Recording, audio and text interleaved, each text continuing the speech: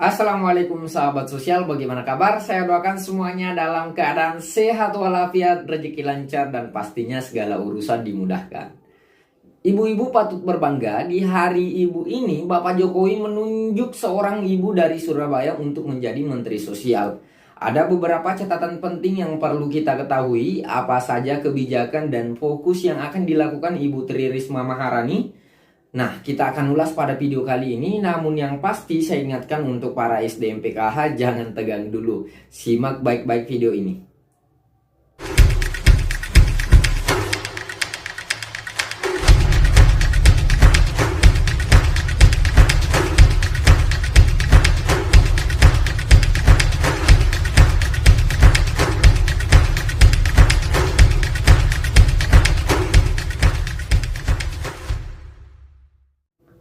Oke sahabat sosial, seperti biasa sebelum kita lanjut videonya, untuk sahabat sosial yang suka informasi tentang bantuan sosial pemerintah dan bingung cara dapat informasinya di mana, tak perlu khawatir karena channel ini sudah lengkap membahas banyak informasi tentang bantuan sosial pemerintah, itu mulai dari A sampai Z, seperti bantuan PKH, BPNT, KIS, KIP hingga KIP kuliah, itu sudah kita bahas lengkap pada channel ini. Untuk kamu yang baru gabung, perkenalkan saya merupakan salah satu SDM atau pendamping program Keluarga Harapan. Saya juga aktif menjadi salah satu konten kreator yang banyak membahas tentang bantuan sosial pemerintah. Makanya silahkan langsung di subscribe agar sahabat sosial bisa mendapatkan notifikasi atau pemberitahuan pada saat kami mengupload video-video terbaru. Nah sahabat sosial, apa yang muncul di benak sahabat sosial sekalian saat Jokowi menunjuk Ibu Risma menjadi Menteri Sosial? Panik? Was-was, atau jangan-jangan takut disidak? Nah, Ibu Risma ini kita kenal dengan sosok pekerja dan tegas, berbagi quotes tentang kerja pernah diucap ibu yang mengawali karirnya sebagai PNS ini. Tepat di hari ibu tanggal 22 Desember kemarin, Ibu Risma dengan terbata-bata berdiri mewakili ibu-ibu sejajar dengan 5 Menteri Jokowi yang lainnya. Kaget? Kayaknya kita tidak terlalu kaget. Dengan penunjukan ini, beberapa media juga sudah membicarakan. Bahkan jauh-jauh hari banyak netizen yang meminta Ibu Risma untuk menjadi Menteri Sosial. Nah, seperti Denny Siregar misalnya, pernah buat konten khusus meminta Jokowi menunjuk Ibu Risma menjadi Menteri Sosial. Sama dengan permintaan banyak netizen, Jokowi hari ini sudah mengabulkan permintaan sahabat sosial. Nah, kira-kira apa saja yang akan menjadi perhatian khusus Risma nantinya? Kita bisa raba-raba pada saat konferensi kemarin. Saat konferensi pers kemarin ada beberapa poin yang menjadi perhatian Ibu Risma nantinya.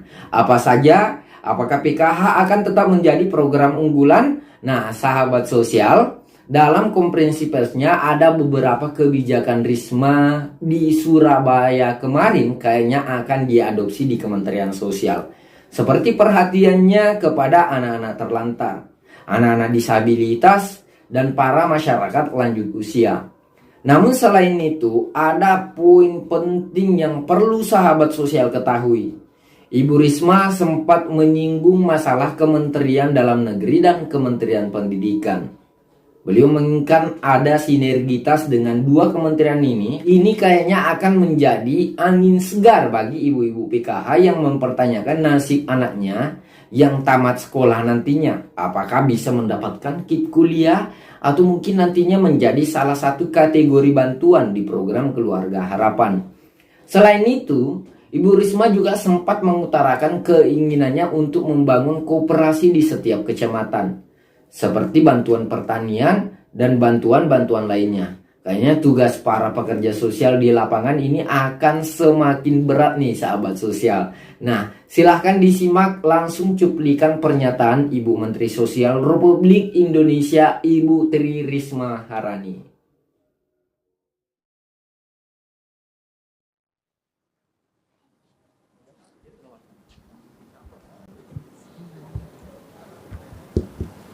Assalamualaikum warahmatullahi wabarakatuh.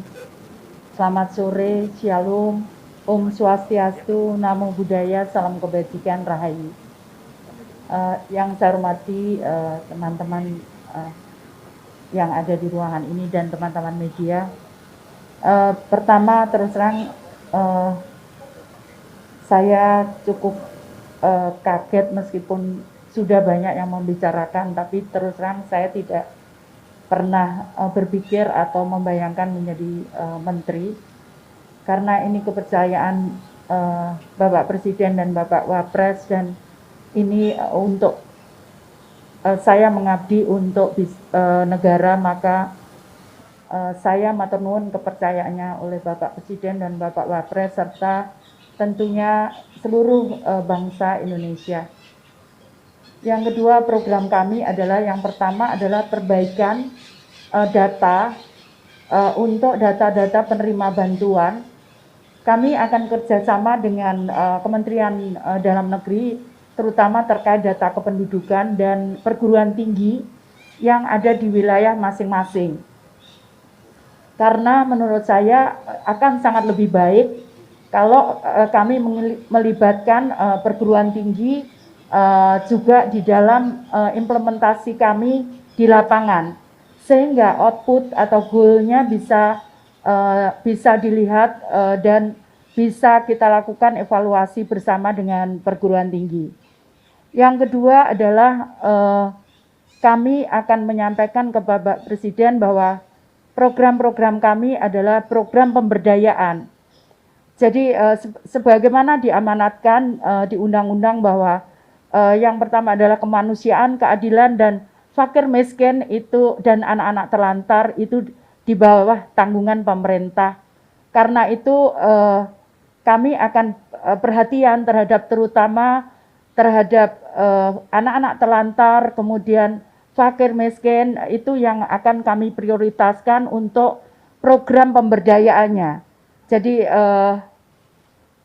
sehingga anak-anak kita bukan hanya menengadahkan tangan, tapi mereka bisa melakukan segala sesuatu, termasuk yang sudah kami lakukan sebelumnya adalah bagaimana meskipun mereka disabilitas, namun mereka bisa berguna dan bermanfaat. Juga anak-anak jalanan mereka bisa berguna untuk bangsa dan negara kita. Yang ketiga adalah kami akan melakukan pemberdayaan karena dengan kerjasama dengan beberapa kementerian, misalkan Kementerian Koperasi, Perdagangan, Perindustrian, karena kami akan memberdayakan kalau suaminya sudah bekerja, namun kondisinya dia masih butuh bantuan atau miskin, maka kami akan melibatkan mesin yang kedua yaitu kaum ibu-ibunya. Kami akan bekerja sama dengan program yang sama. Tadi saya sampaikan membentuk koperasi bisa di tingkat kecamatan dan bisa di tingkat kelurahan. Kita akan lihat perkembangannya membutuhkan, karena tiap daerah itu mempunyai karakteristik yang berbeda-beda. Namun kita punya pengalaman bahwa koperasi itu sangat membantu. Kemudian juga bagaimana meningkatkan income dan mengurangi pengeluaran.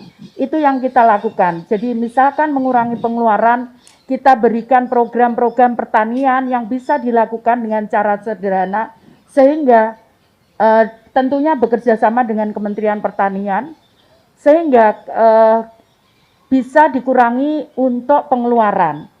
Kemudian untuk peningkatan pendapatan, maka kita akan buat program-program. Tadi saya sampaikan bekerja sama dengan kementerian-kementerian yang lain. Tentunya kalau kita bisa bersama-sama, tentunya percepatan untuk pengurangan kemiskinan dan pengurangan terutama untuk warga yang membutuhkan seperti penyandang disabilitas dan kemudian masalah sosial itu bisa ditangani secara komprehensif dan terintegrasi, meskipun kami harus melakukannya tidak bisa sendiri, kami harus bekerja sama dengan kementerian yang lain. Saya kira itu, dan kemudian yang terakhir tentunya untuk anak-anak terlantar. Kita ingin bahwa anak-anak semua mendapatkan hak untuk dia bisa mendapatkan akses pendidikannya. Mereka juga harus mendapatkan hak untuk kesehatannya. Karena itu kami juga akan bekerja sama dengan Kementerian Kesehatan untuk bagaimana mengelola kesehatan yang kita berikan bisa mempunyai hak untuk warga memang yang penyandang permasalahan sosial. Itu yang harus kita tangani secara bersama-sama. Saya kira itu yang bisa saya sampaikan. Terima kasih. Wassalamualaikum warahmatullahi wabarakatuh. Selamat sore. Om Swastiastu. Salam Rahayu. Terima kasih Ibu Tri. Silakan kembali ke tempat duduk Bu. Berikutnya Pak